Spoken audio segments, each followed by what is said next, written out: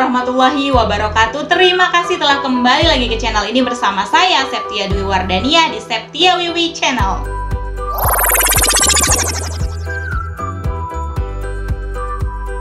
Sebelum kita memulai video pembelajaran kali ini, seperti biasa, kita akan mengawalinya dengan berdoa terlebih dahulu, memohon agar proses pembelajaran kita dapat berjalan dengan lancar dan materi-materi pembelajaran dapat dengan mudah untuk kita pahami. Yuk berdoa terlebih dahulu.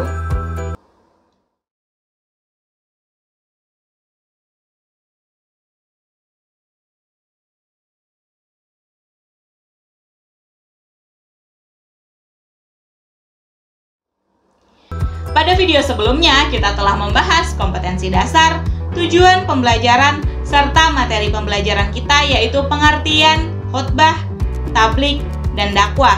Jika kamu belum nonton, kamu bisa tonton dulu video sebelumnya.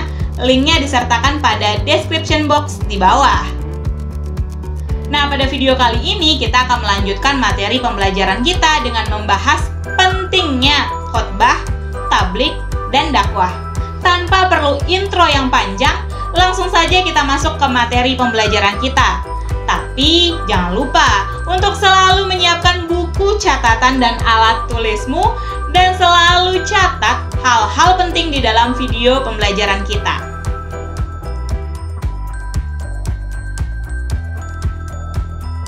Pada video sebelumnya sudah dijelaskan bahwa khutbah termasuk di dalam aktivitas ibadah, baik sebagai faktor keabsahan ibadah seperti khutbah di sholat Jumat, maupun sebagai sunnah dalam ibadah, misalnya dalam khutbah pada suatu pernikahan.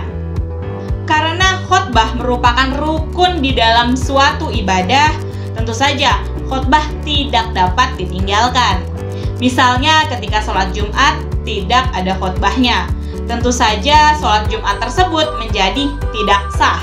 Apabila wukuf di Padang Arafah tidak ada khutbahnya, ya tentu saja wukuf tersebut menjadi tidak sah pula. Sesungguhnya khotbah merupakan kesempatan yang sangat besar untuk berdakwah dan membimbing manusia untuk menuju keridhaan Allah Subhanahu wa Ta'ala. Hal ini dapat terjadi jika kesempatan khotbah tersebut dimanfaatkan sebaik-baiknya dengan menyampaikan materi yang dibutuhkan oleh hadirin, menyangkut masalah kehidupannya dengan ringkas, tidak panjang lebar, serta menarik dan tidak membosankan. Khotbah memiliki kedudukan yang sangat agung di dalam syariat Islam, sehingga sudah sepantasnya lah seorang khotib melaksanakan tugasnya dengan sebaik-baiknya. Hal-hal berikut yang harus dimiliki oleh seorang khotib yaitu: pertama, seorang khotib harus memahami akidah yang sahih, akidah yang benar, sehingga dia tidak tersesat dan tidak menyesatkan orang lain. Kedua, seorang khotib harus memahami fikih, sehingga mampu membimbing umat manusia dengan cahaya syariat menuju jalan yang lurus.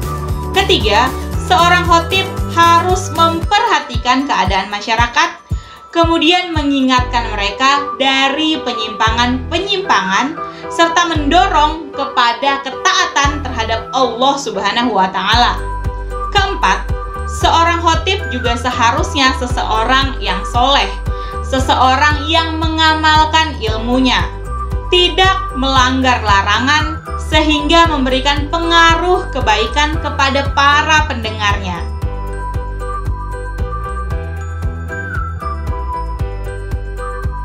Salah satu sifat wajib bagi seorang rasul adalah tablik, yaitu menyampaikan wahyu dari Allah Subhanahu wa Ta'ala kepada umatnya. Semasa Nabi Muhammad SAW masih hidup, seluruh waktunya dihabiskan untuk menyampaikan wahyu kepada umat-umatnya. Setelah Rasulullah SAW wafat, kebiasaan ini dilanjutkan oleh para sahabat, para tabi'in, sahabat Nabi, dan tabi'in, pengikut sahabat Nabi. Setelah Rasulullah SAW, para sahabat serta para pengikut sahabat telah tiada, siapakah yang akan meneruskan kebiasaan menyampaikan ajaran-ajaran Islam kepada orang-orang? Kita sebagai siswa muslim memiliki kewajiban untuk meneruskan kebiasaan bertablik tersebut. Banyak yang menyangka bahwa tugas bertablik tersebut merupakan tugas para alim ulama saja. Hal itu tentu tidak benar. Seseorang tidak harus menjadi ulama terlebih dahulu untuk menghentikan kemungkaran. Setiap orang yang mengetahui kemungkaran terjadi di hadapannya, maka ia wajib untuk mencegah atau menghentikannya. Kegiatan untuk mencegah ini dapat dilakukan dengan tangannya, kekuasaannya, mulutnya, dengan nasihatnya, atau dengan hatinya, bahwa ia tidak ikut di dalam kemungkaran tersebut. Bagi yang mengerti suatu permasalahan agama, maka ia harus menyampaikan ajaran agama tersebut kepada yang lain, siapapun mereka. Hal ini berdasarkan pada sabda Rasulullah SAW yang diriwayatkan oleh Imam Muslim berikut.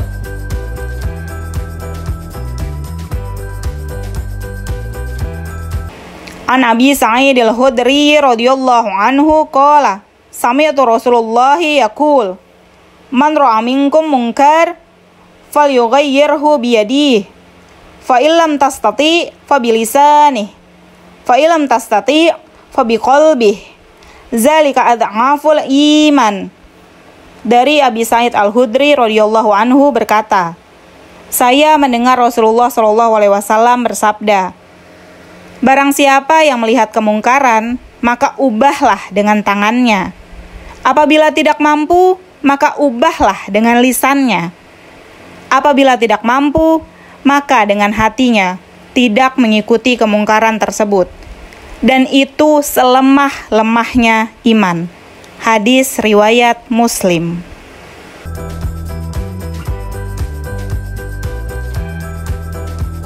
Salah satu kewajiban umat Islam adalah berdakwah. Sebagian ulama menyebutkan bahwa berdakwah ini hukumnya adalah fardu kifayah, kewajiban kolektif. Dan ada pula ulama lainnya yang menyebutkan bahwa berdakwah hukumnya adalah fardu ain, wajib bagi setiap muslim. Rasulullah SAW mengajarkan kepada umat muslim untuk selalu menyeru kepada jalan kebaikan dengan cara-cara yang baik. Setiap dakwah hendaknya bertujuan untuk mewujudkan kebahagiaan dan kesejahteraan hidup baik di dunia maupun di akhirat. Selain itu, dengan berdakwah kita akan mendapatkan ridho dari Allah Subhanahu wa Ta'ala. Nabi Muhammad SAW memberikan contoh dakwah kepada umatnya melalui lisan, tulisan, dan perbuatan. Rasulullah SAW memulai dakwahnya kepada istri, keluarga, dan teman-teman karibnya, hingga kepada para raja yang berkuasa pada saat itu. Di antara raja-raja yang mendapat surat atau risalah Rasulullah SAW adalah Kaisar Heraklius dari Bizantium, Mukaukis dari Mesir, Kisra dari Persia atau Irak, dan Raja Najasyi dari Habasyah atau Ethiopia. Salah satu ayat Al-Quran yang menjelaskan tentang dakwah ini terdapat di dalam Quran Surah Ali Imran, surah ketiga ayat 104. Cermati dengan baik pembacaannya.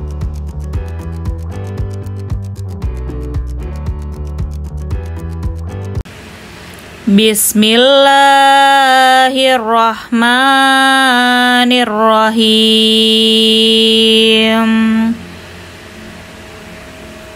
Wal takum minkum ummatun yad'una ilal khairi wa ya'muruna bil ma'rufi wa yanhauna 'anil munkar wa ulaika humul muflihun. Dengan menyebut nama Allah yang Maha Pengasih lagi Maha Penyayang.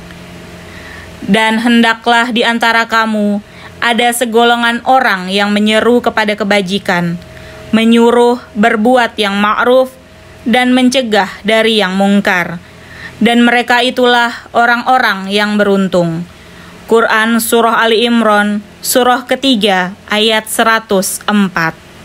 Sekarang giliran kamu untuk membacakan Quran Surah Ali Imran surah ketiga ayat 104.